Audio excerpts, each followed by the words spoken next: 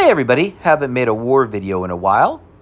Thought I would go ahead and make one here for War 8 of Season 50 for Loki is Facing Lulz. We're like 7-0, 8-0 going into this war, whatever it is. We started off very low in Plat 2, and so we're just making our way back since we took last season off. First up, I'm going to be on 5A.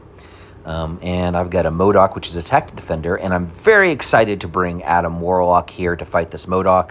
I'm so excited that I kind of screwed this fight up here at the beginning. I go ahead and get my unblockable, and then I parry. And that is not what I wanted to do.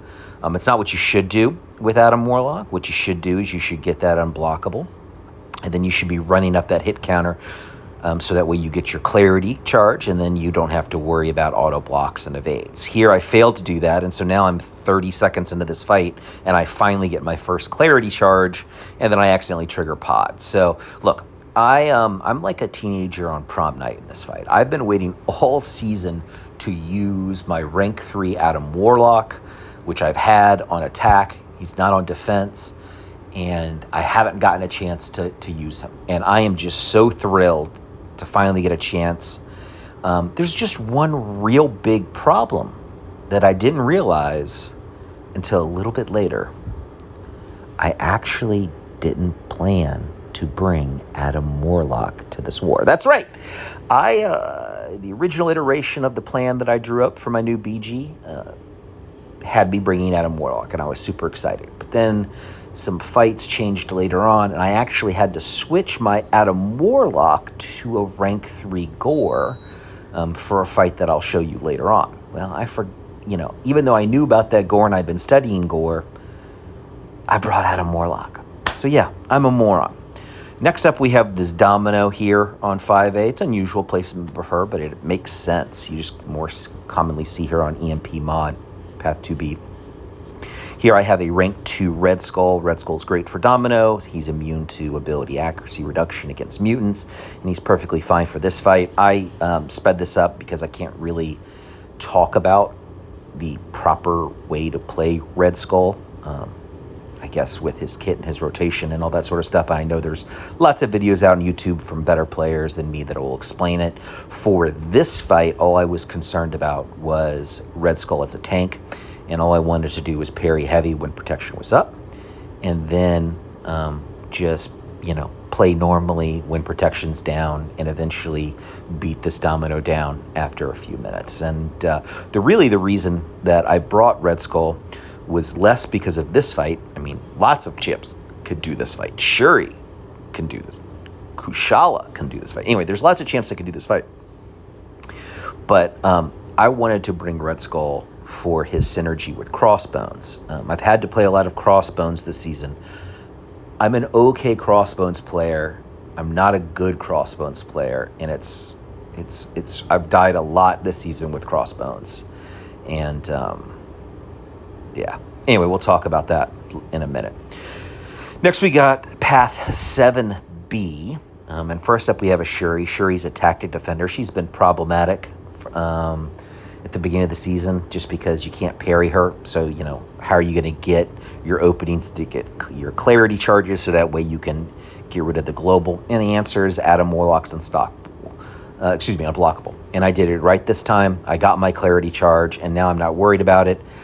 Now I'm just going to hit into Shuri, let her throw her specials, punish them accordingly, and go back to hitting her with some unblockable stuff, which the unblockable pauses during her special attacks. So, yeah, I think I'm going to be unblockable for almost the rest of this fight.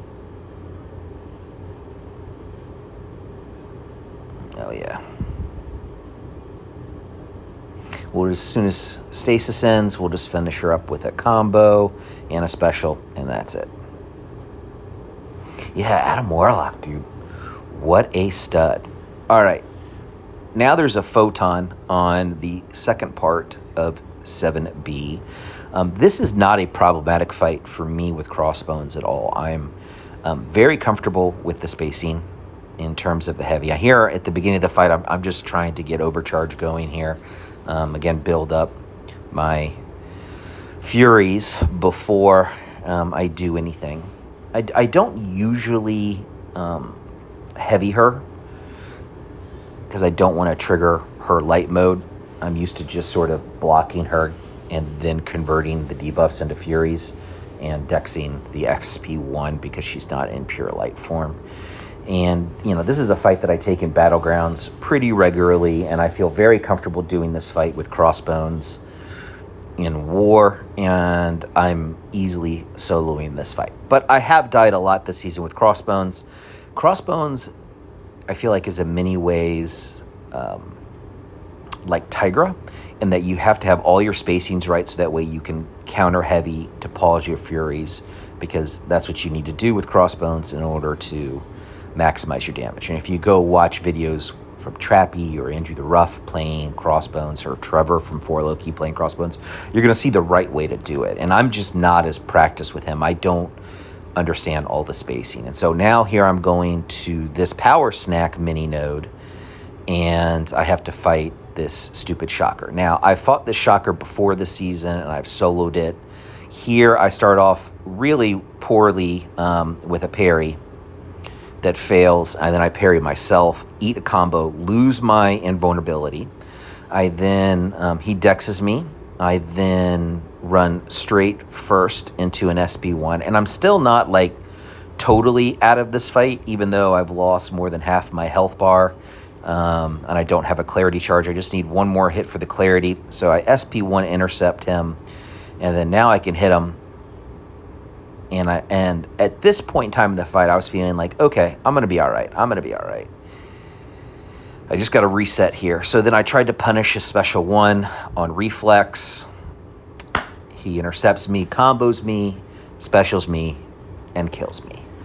That is some pretty rough gameplay by yours truly. So I go back in and I immediately start off the same way by counting on a parry to stick against tenacity, which is stupid. I don't have a Wags here for this fight. The other times I've done this fight, I've had it with a Wags. The other differences in approach between this fight and other times I've taken it where I've soloed is that the first fight I used an indestructible boost, and in the second fight I switched to a Power Star 1. The reason being is that I wanted to get that special 1 out the way, get not only the clarity charges from the hits of the SB1, but also from the buffs of the SB1. So here we are in attempt 2, and we are winning the health race. But don't worry, I'm going to make a mistake here in a minute, and I'm almost going to... oh, man. So my Furies drop off here, and I'm not paying attention, and I think I still have my Furies up, and I think it's going to be enough to combo into a special 2. And it is not. And so he's going to throw a special 3 into my health bar, which was at 51%. And I'm like, dear God, did I just double up to this unawakened Shocker, rank 2 Shocker? And nope, I boosted correctly. I come up right away with an SB1. Then I had my Striker in the barrel, and I can finish him off with a combo and save 1 attack bonus. Oh my God. Speaking of ugly fights, now we have this unawakened Guardian here on power efficiency. This node is just always a problem. But we're approaching the fight the same way that we have. But of course, remember, once again, when we played poorly with Adam Warlock, what we've done is we parried right away and lost the unblockable when we should not be parrying right there. But this fight's going to be fine. I have on some invulnerabilities, and because it's power efficiency, my goal is actually to push him to special 3s if I can, because if I could push him to a special 3, I could just tank it with the invul, and if I need to, I have on my special 3 defense boost, and I can always pod through my boost too. So yeah, I mean, this fight is going actually really well until I make some mistakes here towards the very, very end of the fight. And I actually get a falter on myself, which is going to result in me taking some damage. So yeah, there's this real special 3. And here I go. And I'm like, how does this happen? And then that special 2 happens. And then I get hit by another special 1. And I have the falter on me. I've got to wait for that to get off. And now I can throw the special to kill him. But oof, yeah, 8 a special 2, immediately followed by a special 1. Thanks, power efficiency. Now, here's Prowler on node 49. I had originally planned to do this fight with Gore. And of course, I didn't bring Gore. I brought Adam Warlock because I'm an idiot and a terrible example and a bad officer, and everything else that you want to say about me, I will willingly accept.